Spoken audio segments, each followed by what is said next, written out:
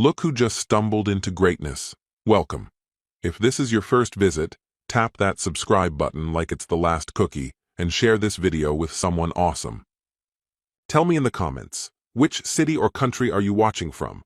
I seriously love hearing from you. Let's get into it. The flash drive reminded me of decay, buried deep in my locker, a silent menace encased in matte black. I came across it early Tuesday, right after my shift ended, wedged between my scuffed thermos and a pair of gloves stiff with dried sweat. No name, no message, no sender, just a nameless shard of plastic that felt disturbingly heavy for something so small. Around me, the hospital basement carried on its usual mechanical symphony, pipes clicking in protest, boilers groaning in rhythm, vents releasing breath like machines dreaming. I'd spent 22 years working in this underworld, repairing what the rest of the hospital forgot existed. 2 decades of shadows and solitude. I should have tossed it into the nearest garbage bin, but I didn't. Instead, I slid it into the dusty USB port of the outdated desktop in the maintenance office. The screen flickered, then automatically loaded a video player. I froze, hand hovering above the mouse, a cold unease sliding down my spine like it knew something I didn't. That sixth sense you develop when a room's too quiet or a sensor's too still. Still, I pressed play. The image was fuzzy, but the setting was unmistakable. A tired motel room with yellowed wallpaper, the kind printed with roses so dark they resembled old bloodstains. A woman lay stretched across the bed, her auburn hair catching the glow from a bedside lamp. Melissa. My wife. The man next to her wasn't me. He looked to be in his 30s, tattoos winding down his arms, wearing a grin that made me nauseous. Their bodies moved together in a rhythm that wasn't hesitant or new. It was comfortable, rehearsed, intimate. The timestamp marked the footage as 3 months old. But the familiarity between them hinted at something far older. Abruptly, the screen went dark. Then white text filled the void. This is just one. I know about the rest. Pay $50,000 or it all goes public. You have 72 hours. A phone number followed. I leaned back, lungs heavy despite the basement's chill. The rest. Not a one-time betrayal, not a mistake. Multiple, repeated. The word hit harder than the image itself. Strangely, I didn't shake. That caught me off guard. 23 years of marriage, 2 kids in college, a home that needed roof repairs, retirement plans sketched out over old wine and mortgage bills, all of it crushed into a silent 8-minute clip, and I didn't flinch. I played the video again, this time watching with intent. I took in everything, the sickly wallpaper with its blood-red roses and the odd stain above the bed, a blotch shaped like Texas. I'd seen that before. I knew that room. Half a year earlier, I'd worked a job at the Riverside Motel. Their laundry system had gone haywire, and I'd spent 3 long days fixing it. Room by room, vents, wiring, duct systems. I even remembered joking with the manager about that wallpaper. Said it looked more like a crime scene than decoration. Now, it was one.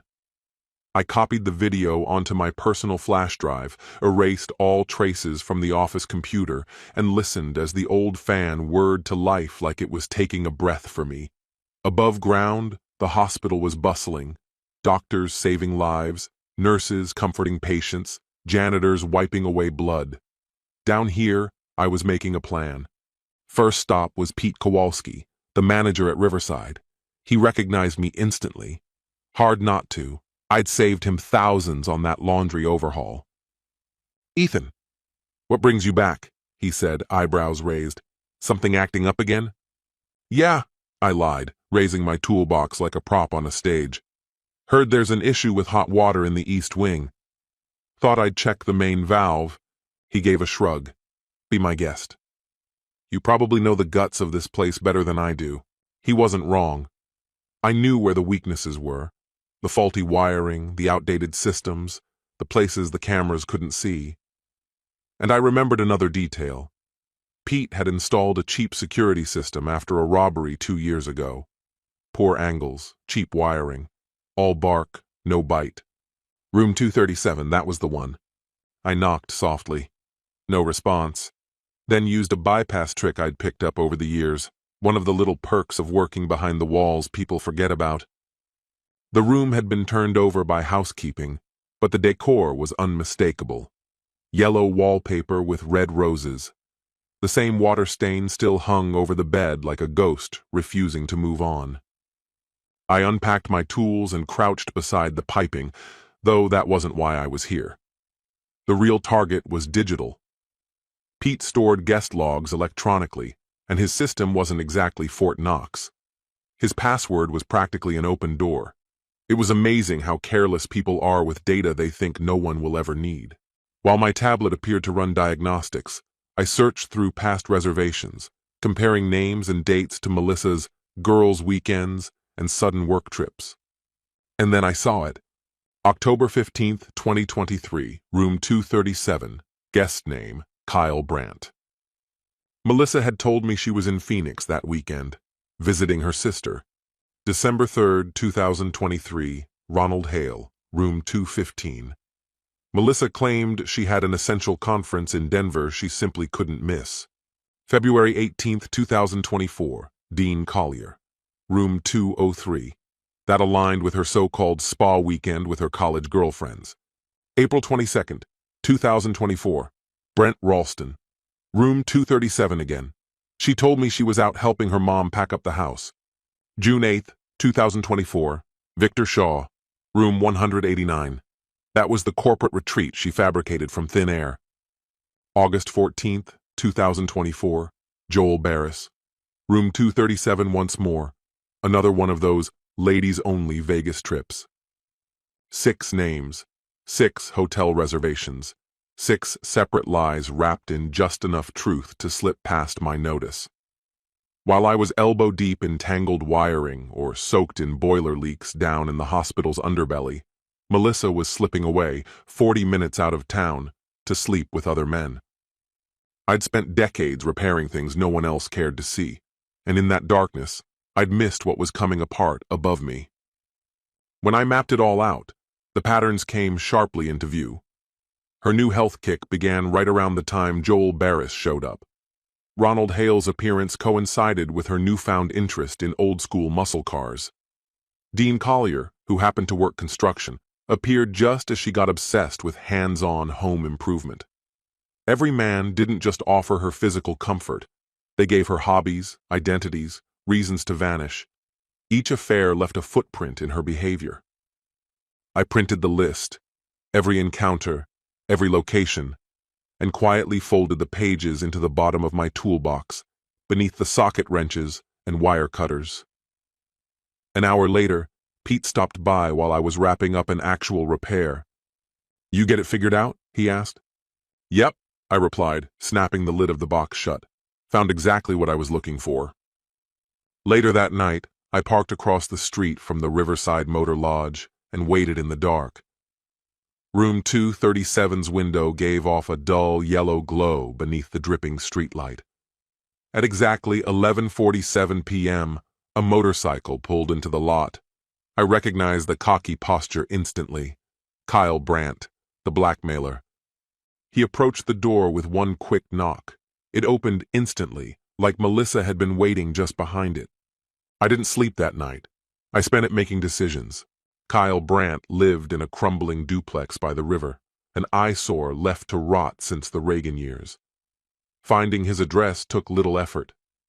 Guys like him don't believe in covering their tracks. His motorcycle was parked beside a rust-eaten pickup, the metal flaking like diseased skin. Thursday evening, I knocked on his front door. He answered in worn jeans, a filthy tank top, and the exact smug expression I remembered from the footage. "Yeah?" he said. "You Kyle Brandt?" "Depends who's asking." "Ethan Carrick. You sent me a little something recently." That smirk widened. "Well, I'll be damned. Didn't think you'd come all the way out here. Come on in, man. Let's talk business." His place smelled like oil, stale beer, and old smoke. Motorcycle parts were scattered across every surface. The coffee table was buried under empty bottles, looking like a battlefield after a losing fight. Kyle dropped into a recliner that probably came with the place when it was built. "Want a drink?" "No. Suit yourself," he said, raising his bottle like a toast. He took a gulp and leaned forward, eyes glittering. "So, you saw my little home movie?" "I saw it. Nice and sharp, huh? Spent real money on that camera. HD's worth it. Makes your wife really pop on screen." I kept my tone even. "You want 50 grand?" "That's just the opening bid," he said. "But since you came here instead of calling the cops, I figure you're willing to deal. Maybe we can settle this like grown men." "You're not wrong. I came to talk. That's how reasonable I am." He gave a dry laugh. "Cops won't help you. There's no crime here. Your wife's not under duress. She makes her own calls. Extortion's still a felony." "Good luck proving that," he said with a lazy shrug.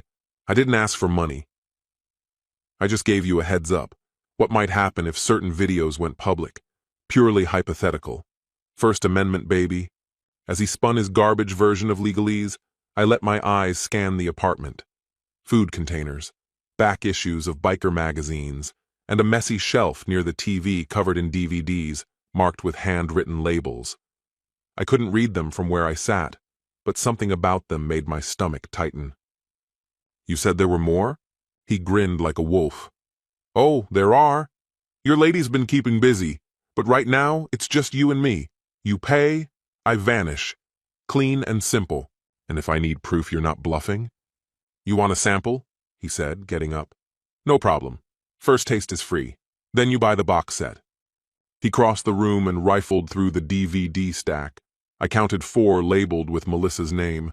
Others had different names, different women. This was no fluke. It was a system, a scam he'd perfected. He slid one disc into the player. The screen came to life, and there she was, Melissa. But this time, she wasn't with Kyle. She was with someone else, a man I didn't recognize, older, balding. "Last year," Kyle said. "That one's Victor Shaw. He lived just a few blocks from us, 3, maybe 4. Divorced, alone, the kind of man who practically advertised his vulnerability." Kyle skipped ahead in the footage with a few flicks of his finger. "She's got a pattern," he said quietly. "Goes for men starving for affirmation. She gives them attention, makes them feel important. Then hooks them in. Classic manipulation tactic." The detached way he spoke made my chest tighten, but I didn't stop watching. I needed the full truth. "How many?" I asked. 6, counting me. "Well, 5, plus me. I'm in a different category." His laugh was jagged and mean. "I'm the one operating the camera."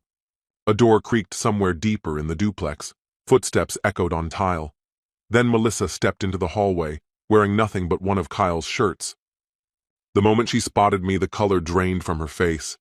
"Ethan, how did you—" Kyle cut her off. "Sit down. Your husband and I are mid-negotiation." She glanced from him to me, her expression bouncing between panic and defiance. "You're not supposed to be here." "Really?" I said, low and even. "Is this off limits? Some sacred space? Your secret temple?" "It's not that simple." "It's exactly that simple." I stood up. Kyle's body stiffened in anticipation.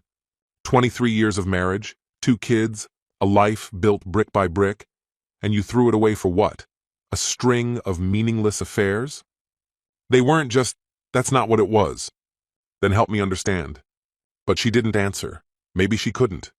She stood frozen, draped in another man's shirt, in another man's home, after over 2 decades of lying to me with a straight face. Kyle cleared his throat like he was resetting the scene. "Sentimental moment, sure. But we've still got matters to resolve." I looked around the room. This wasn't some spur-of-the-moment operation. There were light kits partially hidden behind thrift store curtains. Tripods leaned in corners. Recording gear stacked in plastic crates. This wasn't passion, it was production. You record everything. "Call it insurance," he replied, shrugging. "People drop the masks when they think they're alone." He pointed toward a shelf stacked with neatly labeled discs. "And they'll pay a fortune to keep those masks from cracking." "And if I don't pay?" His grin stretched, all teeth. "Then the world gets a front row seat." your employer, your kids, your friends. The internet never loses its memory, Ethan. Once she's online, she's immortal. I stepped toward the entertainment unit and picked up a DVD case. Joel Barris, I read. Her trainer at the gym, Kyle confirmed. A textbook narcissist. She led him to believe she'd dump you for him. I grabbed another case. Ronald Hale. Car lot Romeo. Thinks she's still shopping for a new ride and maybe a new life. Another one. Brent Ralston. High school sweetheart, rekindled at your reunion. Very romantic. Kyle studied my reactions, enjoying every flicker of recognition. Every one of them thinks they're special, chosen, unique. I pulled out one more disc. My hand went still. Dean Collier. That name struck a nerve. I remembered him. She mentioned him once. Some contractor from a fundraiser. I'd even met him at a company event. He's clueless about the rest, Kyle said. They all are. That's how she keeps it going. Every guy believes he's the only one. He crushed his beer can with one hand and tossed it aside. Your wife's a chameleon. She adapts the fantasy to fit each mark. Gives them just enough to feel needed.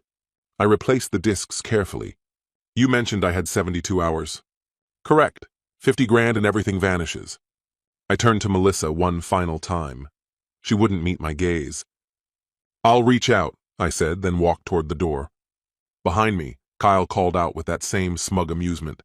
Smart move. Family beats ego every time. He had no idea how much truth was buried in that statement. I took a week off the job. After 22 years in hospital maintenance, I had enough accrued time to disappear for a bit. Told my supervisor I had urgent personal matters to deal with. That wasn't a lie. The first man I tracked was Ronald Hale. Kyle pegged him as a car dealer, and there he was, working the lot at Premier Auto on the south end of town. I watched him for 3 days, took note of his routine. Coffee like clockwork at 7 a.m., work from 8 till 6 days a week. Tuesdays and Thursdays, gym sessions. Fridays, drinks at Murphy's bar. On Wednesday, I finally made contact. Walked into the dealership, said I was in the market for a pickup. Ronnie Hale? I asked at the front counter. That's me, said a voice from behind a row of SUVs. Late 40s, shirt slightly rumpled, a bit of a paunch pressing against his belt. He smiled and held out a hand. What brings you in today? We spent the next hour going over used trucks. He knew his job, charming, knowledgeable, assertive, without being aggressive. In a different timeline, under different conditions, I might have even liked the man. Married? He asked, his tone casual, as we leaned over the hood of a Ford F-150. 23 years, I said evenly. Lucky guy, he replied, flashing a lopsided grin. I'm flying solo, more or less. That smile shifted into something more private, like we were co-conspirators. There's this woman I've been seeing. She's married, he confided, his voice dropping to a confidential murmur. Look, I know how that sounds, but her husband's trash. She deserves better than what she's stuck with. My hand stayed planted on the warm hood of the truck. Is that so? He nodded, a touch of admiration in his eyes. Yeah, total knockout. Auburn hair, razor sharp.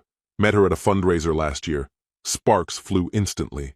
He scanned the area, then leaned in slightly. I don't normally get involved with married women. But this one? Different story. She's even talking about walking out on the guy. Sounds complicated, I said. Life's complicated, he shrugged. Sometimes you've just got to take a risk. He gave the truck's fender a firm pat. Same with this beauty here. She won't last long at this price. Got another buyer swinging by Friday. I kept up the act for another 20 minutes, asked the right questions, nodded at the right moments, pocketed his business card, and promised to think it over. Once I hit the parking lot, I took out my phone and called the number Kyle had left on the flash drive. This is Ethan Carrick, I said. Let's finish this. Tonight. Same place. There was a pause on the other end. You bringing cash? Kyle asked. No, I said, I'm bringing questions. Questions don't pay bills. Answer them well enough and maybe they will. He agreed to meet at 9. I spent the rest of the day preparing. The duplex hadn't changed since my last visit, but now I noticed new details. The cameras mounted on nearby houses, all angled just right to catch activity at Kyle's front entrance. His motorcycle kept rotating spots, sometimes on the curb, other times a few doors down, either careless or far too confident. He opened the door wearing the same wrinkled clothes from before. "You got my money?" he asked immediately. "You got my wife?" I shot back. "Working late."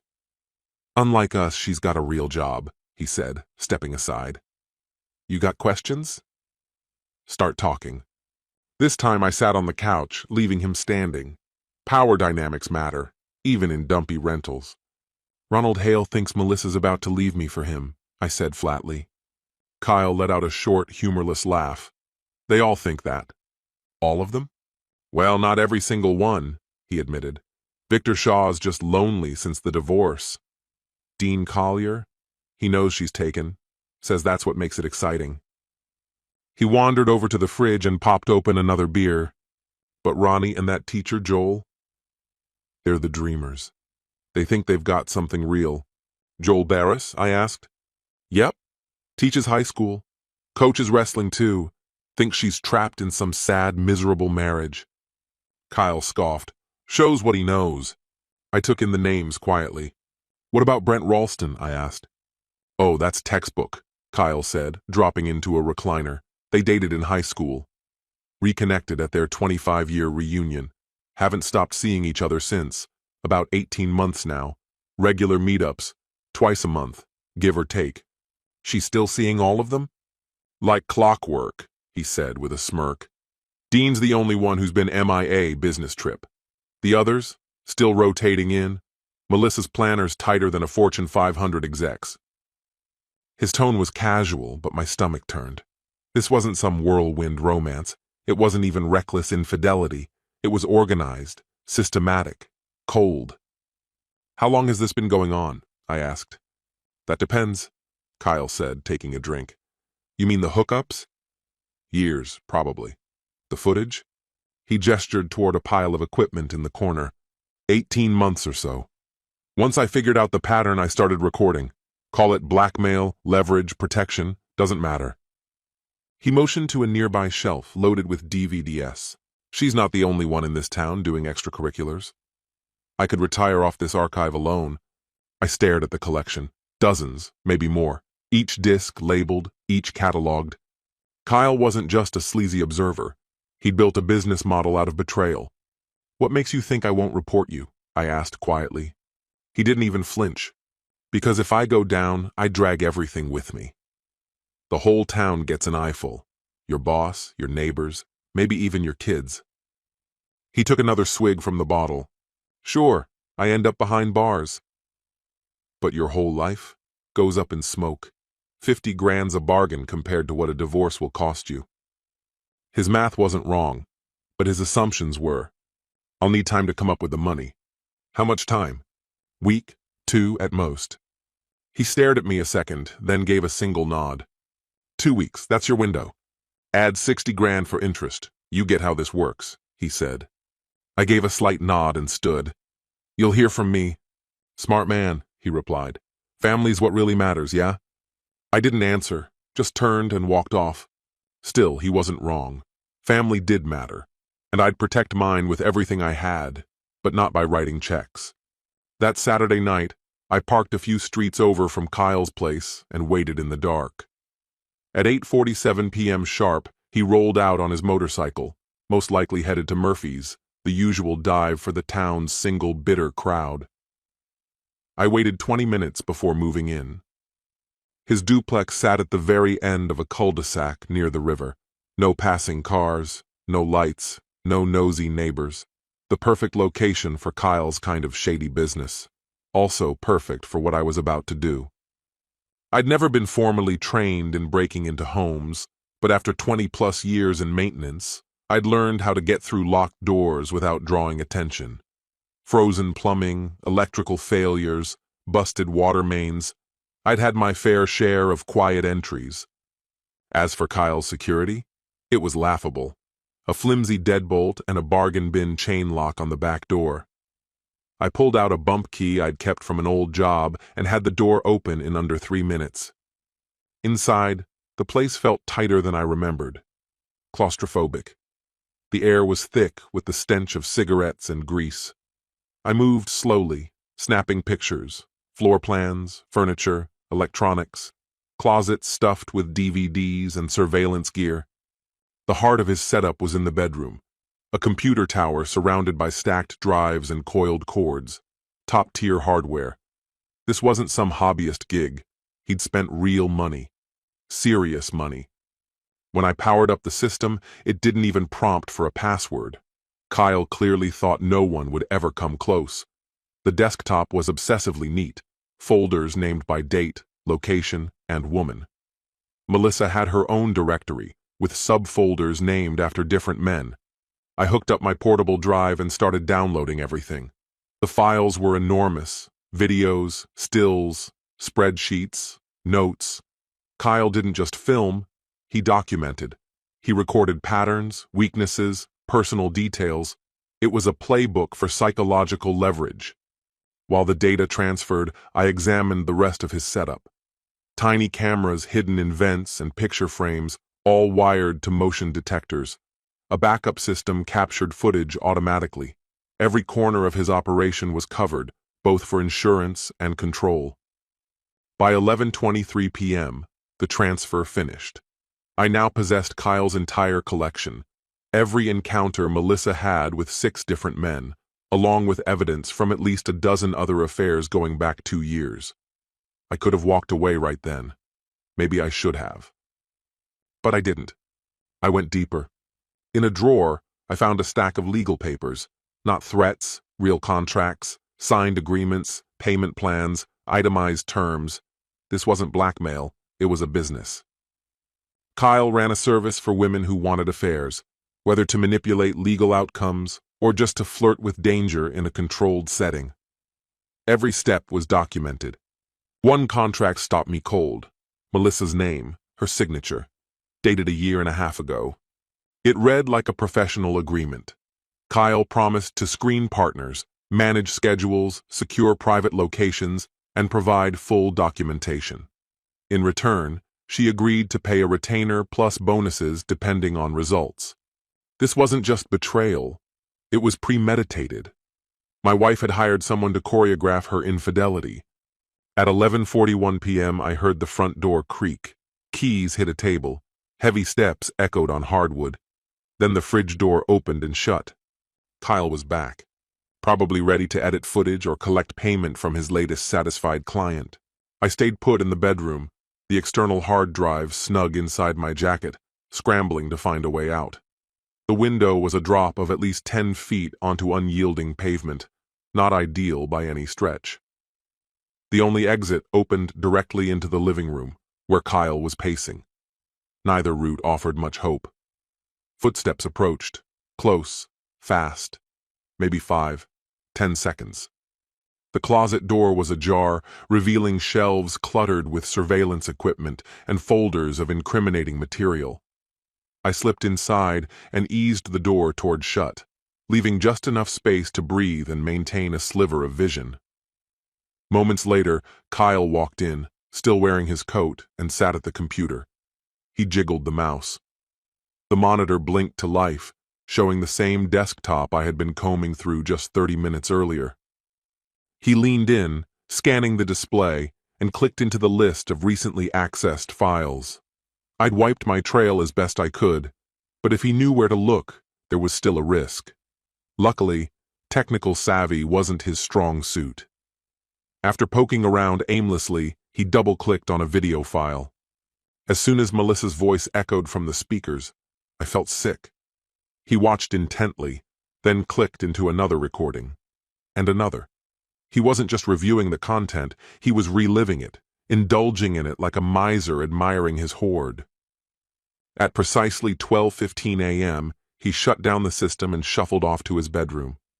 I remained hidden for another 60 minutes before slipping out the back, silent and unseen. Once back in my truck, I plugged in the portable drive and browsed the copied contents. Everything had transferred flawlessly. Kyle's entire cache, names, footage, documentation, agreements, was now mine. An entire arsenal of blackmail, preserved in crystal-clear resolution. 6 men stood one click away from public disgrace, and if I wanted to, so did my own marriage. But I didn't need to destroy everyone. One target would be enough to take back everything he'd stolen from me. The path forward was becoming clear. By Monday, I was back at the hospital, clocking in like nothing had happened. Same flickering basement lights, same ancient HVAC systems, same invisible routine. But beneath the surface, everything had shifted. Now I possessed Kyle's empire, his leverage, his files, his power. I held the trigger. The only question left was how to pull it. I started small, subtle, anonymous emails impossible to trace, short, precise, lethal. Dean Collier's wife got an email packed with images of him and Melissa, along with Kyle's detailed notes chronicling their affair. She filed divorce papers that afternoon. Joel Barris's principal received a delivery, video footage of Joel with a married woman, plus timestamps proving he used school property to orchestrate the entire thing. He was placed on suspension before lunch. Victor Shaw's ex-wife was sent solid proof he'd been unfaithful during their marriage, not just afterward, as he had always insisted. She reopened the divorce case, this time seeking a far more aggressive settlement. Brent Ralston's girlfriend received an anonymous tip that Brent had never truly cut ties with his high school sweetheart. She walked out immediately. Ronald Hale's boss at Premier Auto was informed, complete with screenshots and receipts, that he'd used company resources to carry out his affair. HR wasted no time. Each message ended the same way. More documentation available upon request. By Wednesday, 4 of the 6 men had tried to reach Melissa. I knew, because I had tapped her calls. After the second day, she stopped answering. Then Thursday arrived. Kyle turned up at the hospital. No warning. I was elbows deep in a boiler repair when security radioed me. "Ethan," said the guard, "there's a guy here. Says it's a family emergency." "Send him down," I told him. 10 minutes later, Kyle trudged in. The swagger was gone. His face was scratched and bruised, one eye swollen nearly shut. He looked barely able to stand. "What the hell did you do?" he snapped. I didn't look at him, just focused on the repair in front of me. "Fixing a heating coil." "What's the problem?"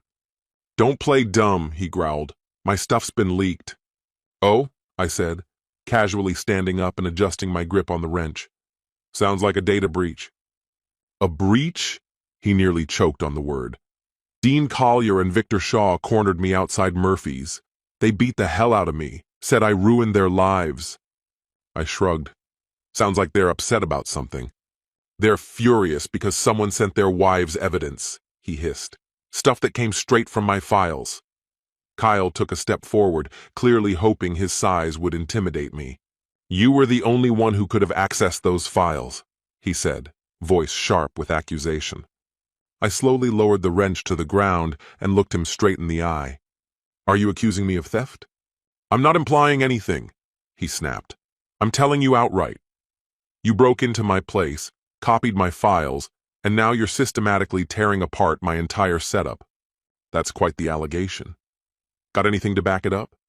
His expression darkened, that one working eye blazing with fury, but he didn't reply. Maybe a forensic sweep would have revealed my digital trail, but by the time he thought to try, the damage had already been done. "This is what's going to happen," he said after a tense pause. "You're going to pay me what you owe, and extra for the mess you've made. Otherwise, those videos of your wife go public first thing tomorrow." I nearly chuckled. "Which set of videos are we talking about, Kyle?" "You know damn well which ones. You mean the ones with Melissa and Dean Collier, the guy whose wife already filed for divorce? Or are you referring to Joel Barris, who just got suspended from his job?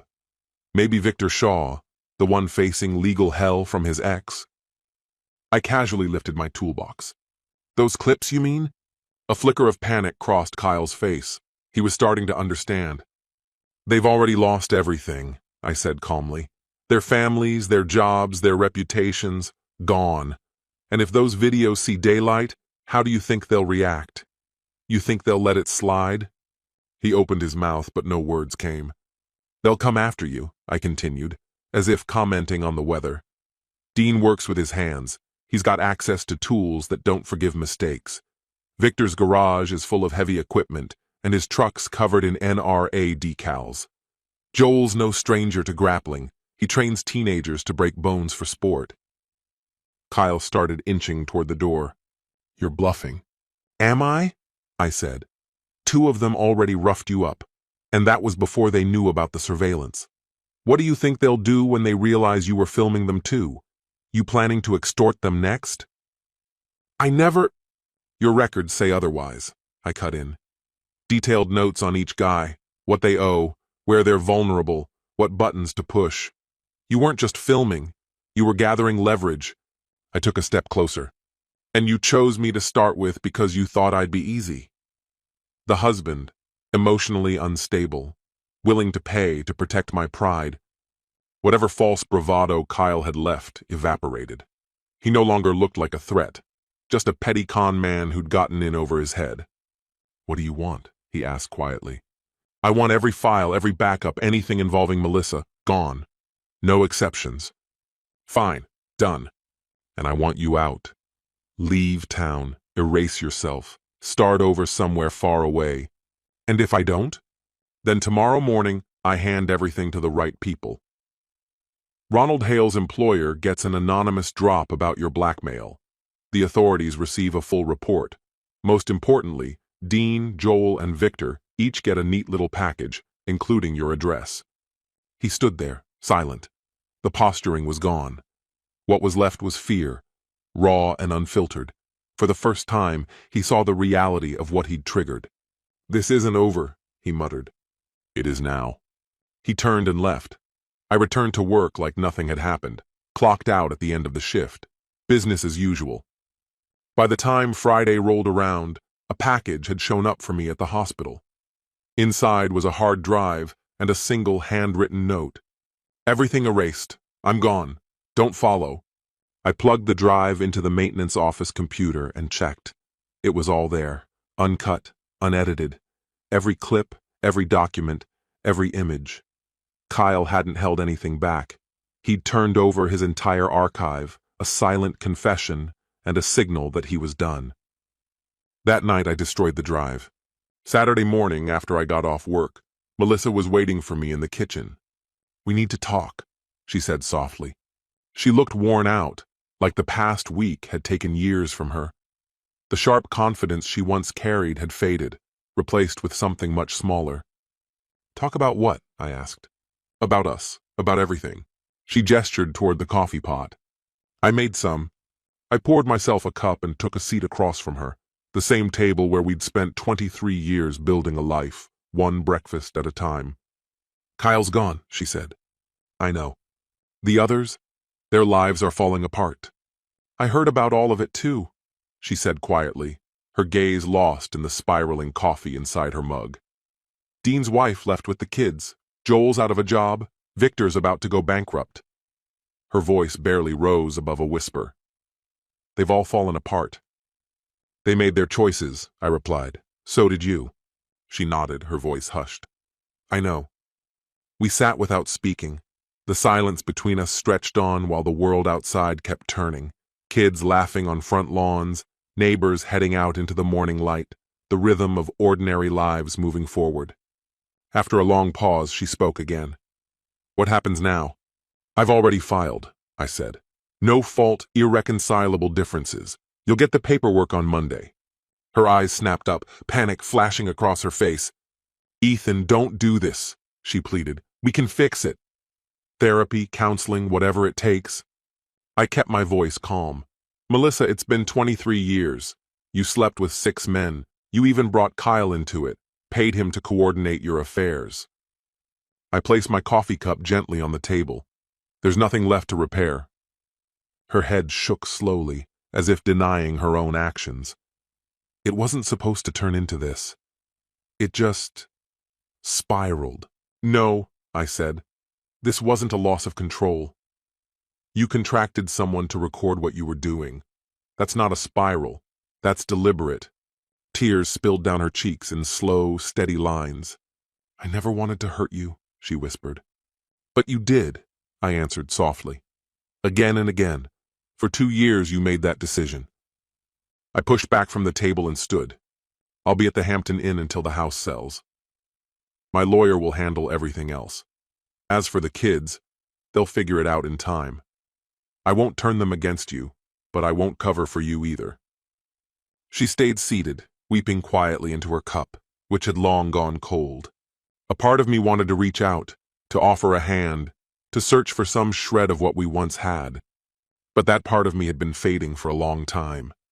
Monday arrived, and the divorce was officially filed. By Tuesday, a full cash offer came in on the house. On Wednesday, the news broke. Kyle Brandt had been found dead in a Detroit motel room. An overdose, they said. I didn't feel a thing. He'd chosen his own path. Thursday evening, I was finishing the last of the packing when Melissa appeared in the doorway. I saw the news about Kyle, she said quietly. I kept loading boxes into the truck. Seems like it's going around. She hesitated. Did you? But she cut herself off. I didn't look up. Did I what? Never mind, she murmured, letting the question fall away. She helped me carry the final boxes. We worked in silence, the only sounds being footsteps on pavement and cardboard thumping into the truck bed. When everything was loaded, I slid into the driver's seat. She knocked gently on the window. Ethan, she said, her voice trembling. I'm sorry. For all of it. I lowered the window halfway. I know, I said. Does that mean anything? I paused. 23 years, 2 children, a life we built, undone by choices we couldn't undo. Not today, I said at last, maybe not ever. Then I shifted into drive and pulled away, leaving her standing in the driveway of the house we once imagined growing old in. In the rearview mirror, her figure shrank until it disappeared. I headed to the hospital. My shift was starting. Boilers needed checking, pipes needed fixing. Things fall apart, and for 22 years I've been the one who puts them back together. But some things stay broken,